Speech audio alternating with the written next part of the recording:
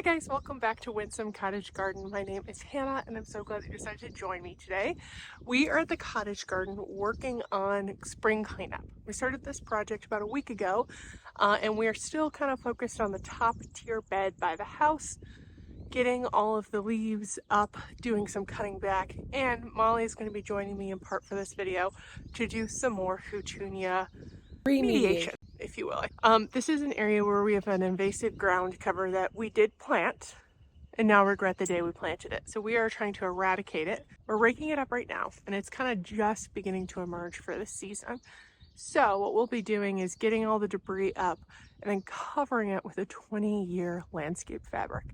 Now I know landscape fabric sometimes gets a bad rap because it does stick around forever, but this is going to be working to our benefit in this area. It's an area that we're hoping we can kill this, and then in time we'll potentially plant some shrubs there, or we'll just keep it mulch for a really long time. One of the things with landscape fabric that makes it, I think, easier is if you do want to plant something in it, all you have to do is remove any mulch and then cut an X in the fabric, pull up your flaps, and pop your plant in. So we think it's going to be a good solution for us in this area. Other things we did last year, which I'll link a video, because there were a couple of areas that we wanted to redefine some beds, and we used a cardboard method, which is a less permanent. It will break down in a season, maybe two, versus 20 years. But since we are dealing with this really invasive and persistent ground cover, this 20-year fabric is going to be our friend. So I've already started doing a little bit of work in this area, but I wanted to briefly walk around and show you what I'm doing before we dive on in. So this is the area I briefly already started. You'll be able to see that in just a second. But it is the Houttuynia area that we're going to be getting all of this debris out and putting down the landscape fabric. I'm hoping Molly and I can cut down that grass. That's something my dad typically does, but I believe we can do it. But this is the bed we're going to be focusing on. We have some evening primrose we need to uncover here. And then as Molly's working on this, after I'm done helping her, I'm going to pop in here, do some pruning on the hydrangeas, and then tackle this area, which we didn't get to last time we were here. You can see we have this huge leaf catchment area. This is a peony that I'm anxious actually to uncover because I'm sure it's popping through, as is lupin as well. These are all things that we actually planted last year, so I'm also hopeful to cut them back and make sure they're getting proper sunlight before we dive into this top tier bed. I did this top bed in a recent video on the other side of the pathway, but this bed never quite got done. It doesn't have a lot of work, but there's just a few things here and there. I'm hopeful this is something we can get done all in this video today. That could be ambitious. We'll just kind of have to wait and see how it goes. And then I'll show you at the end what we managed to accomplish.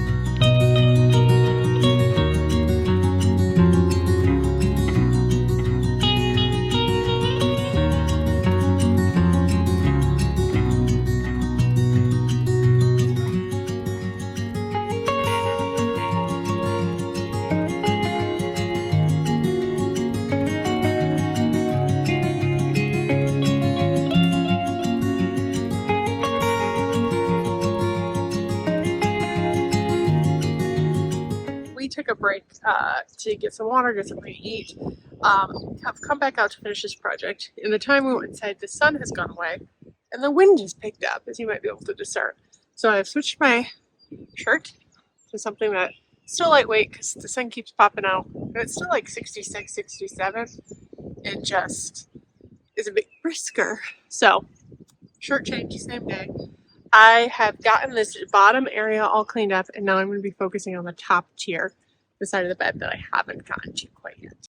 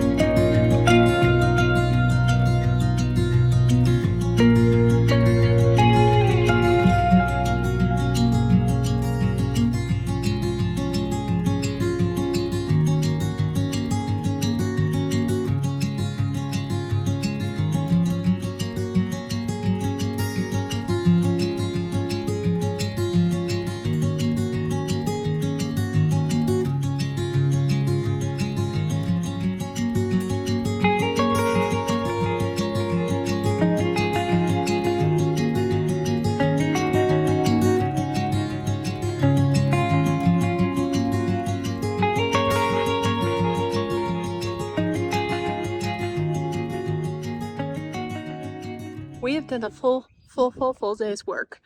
And this isn't 100% done, but it's probably as done as it's going to get in this video. So I wanted to show you the progress we made. And I would say when it's not 100% done, it's probably like 95% done, which is a massive win in my book. You saw Molly working on this area. We made it up to a spirea. Our plan is actually to go, I don't know if you can just see it, they look like twigs, but beyond those daffodils is a hydrangea. Then our plan is to go up to that. Where Molly is now is basically where the Houttuynia, the thick Houttuynia ends. There's some more all the way up to the other side of the daffs, and then we want to take it a foot or two past that.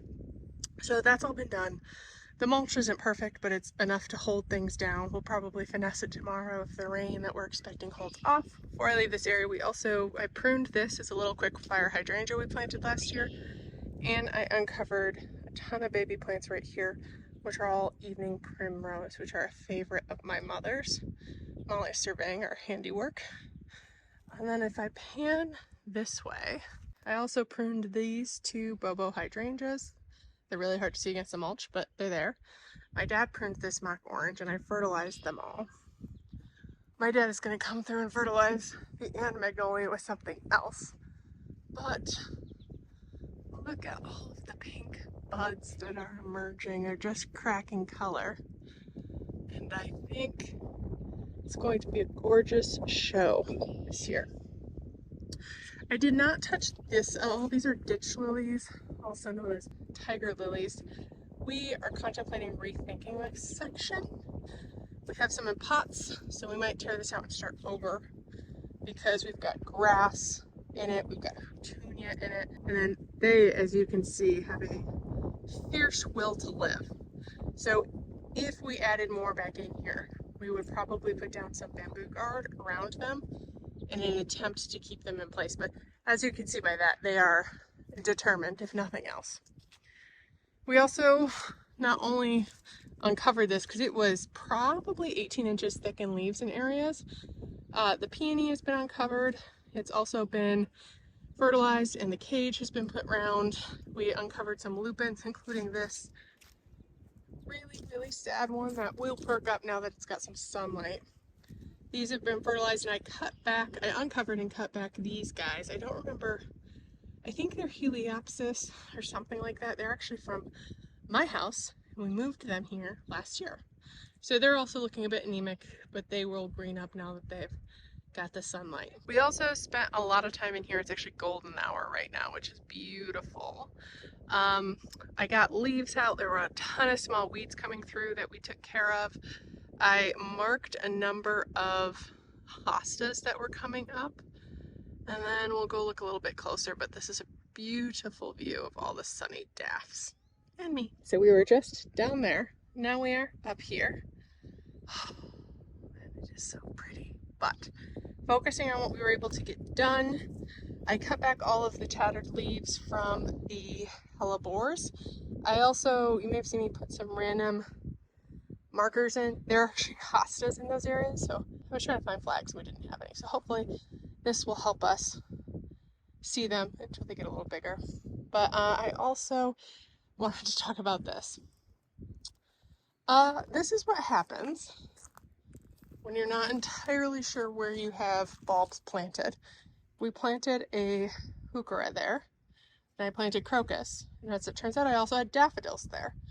So they're looking a little bit overcrowded right now, but by the time the daffodils die back, this heuchera will fill out the space nicely. I also gave that rose a prune and fertilized it. That's the only one that got rose tone. It's right in front of the daffodils. This might be a better view. And then we cut back all the iris. There's another hosta here we identified. And then I gave a pretty thorough cut back to our lavender. This is an experiment we're running where we're cutting it back fairly aggressively so it doesn't form a woody center. These are plants we just put in last year, and I'm hoping that this will cause them to put on a lot of fresh new growth and not make that woody base, because once that woody base appears, the time is ticking for how long they last. Lavender is not a particularly long-lived plant, but we're hoping that this will give us a couple more years out of them. I cut back the Crocosmia, but I left it pretty long because I'm actually going to be moving this in an upcoming video. So I wanted to see where it was, and I also I did not fertilize it, you may have noticed. I did fertilize our wisteria, and it has a number of buds that I'm excited to see. In this area, it's just more pruning and fertilizing. We cut back the mini mauvet hydrangea and the coral bells and everything in this area. We just really, cut back and fertilize. You may have also seen me in when Molly was working down there in the background. I don't think we had not fertilized this part, so I went and fertilized that as well, but I didn't record it. So it's been a really full day here at the cottage. Molly moved mountains with this Houttuynia, and I was able to get a lot of the spring cleaning done. And what's one of our fussier beds? It's also one of our fuller beds, but the good news is now that it's been fertilized and cut back, we can just enjoy it and do some walkthroughs once a week to every couple weeks and just make sure that there aren't any weeds that we need to pull and enjoy the fruits of our labor. A lot of the stuff we plant in here, you do have to do some stuff in the spring, but once that's done, it's really enjoying it until the fall, at which time there's a tiny bit more work too. But I have some plans in this area. I actually got a notification from David Austin Roses that they're going to be shipping to our area soon, and I have a number that are going to be going into this area that I'm so excited to share with you. I hope you enjoyed this video and come back to see this garden as it progresses, as well as check out our garden in the city and see where the season takes us. Thank you so much for joining us today. If you liked this video, please make sure to hit that thumbs up button and subscribe, and I can't wait to see you in the next video. Bye-bye.